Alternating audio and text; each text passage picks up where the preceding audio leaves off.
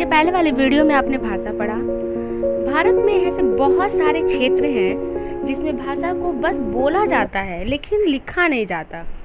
अब हम हिंदी लिख सकते हैं, लेकिन कुछ ऐसे क्षेत्र भी हैं जहाँ पे हिंदी का रूप थोड़ा सा और अलग तरीके का हो गया है, लोग उसे अपने तरीके से बोलते हैं। ये सब क्षेत्रीय भाषाएं हैं, इसलिए इसे भाषा ना कह के बोली कहा जाता है। जैसे अगर आप एग्जाम्पल में मान लें पहाड़ी भाषा जो पहाड़ों में बोली जाती हैं, उसमें कुमाऊनी हो गया, गढ़वाली हो गया, ये बोलियां हैं। तो अब कुमाऊनी और गढ़वाली को लिख नहीं सकते हैं, बस इसे बोल सकते हैं। इसका लिखित रूप नहीं मिलता है या इसको लिखा नहीं जा सकता, इसे केवल बोला जाता है। तो ये हमारी बोली कहलाई। अब जैसे राजस्थान में है, राजस्थानी भाषा है, तो मेवाड़ी हो गया, मारवाड़ी हो गया, ये हमारी बोलियां हैं। मेवाड़ी, मारवाड़ी ये हमारी बोलियां हैं। राजस्थानी तो एक हमारा भाषा हो गया, एक लैंग्वेज हो गया, लेकिन मेवाड़ी और मारवाड़ी ये हमारी बोलियां हो गई। राजस्थान के कुछ क्षेत्रों में, छोटे छोटे क्षेत्रों में, सीमित क्षेत्रों में जो बोलियां बोली जाती हैं उसे हम बोली कहते हैं।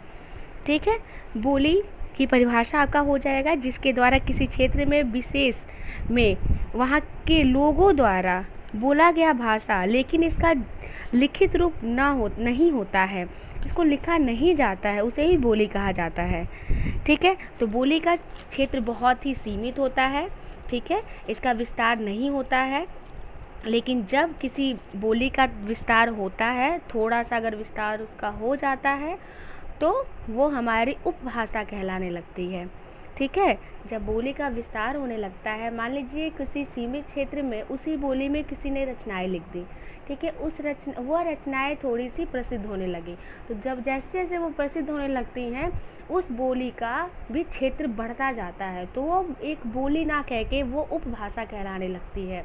जिस भाषा में वो लिखा रहता है, जिस बोली में वो लिखा रहता है, वो बोली ना कहला के उपभाषा कहलाने लगती है।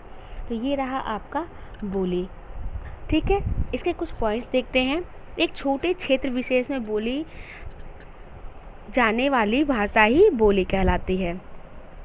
ठीक है, सेकंड है, बोली में साहित्य रचना नहीं होती है, तो वह बोली ना रह के उपभाषा बन जाती है। जैसे मैंने आपसे कहा कि बोली में कोई साहित्यिक रचना नहीं की जा सकती, लेकिन अगर कोई साहित्यिक रचना बाई चांस कह दी गई है तो वह बोली ना कह के वो उपभाषा बन जाती है। ठीक है, तो देखिए अब मैंने आपको यहाँ बता दिया है कि भाषा से उपभाषा बना, उपभाषा से बोलियाँ बनती हैं।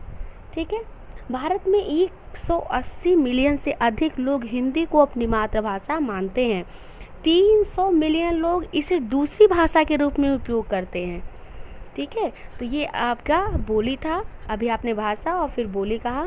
अब इसके कुछ उदाहरण जो आपको लगे कि आपको लिखने लायक है, तो आप इसे अपनी कॉपी में नोट कर सकते हैं।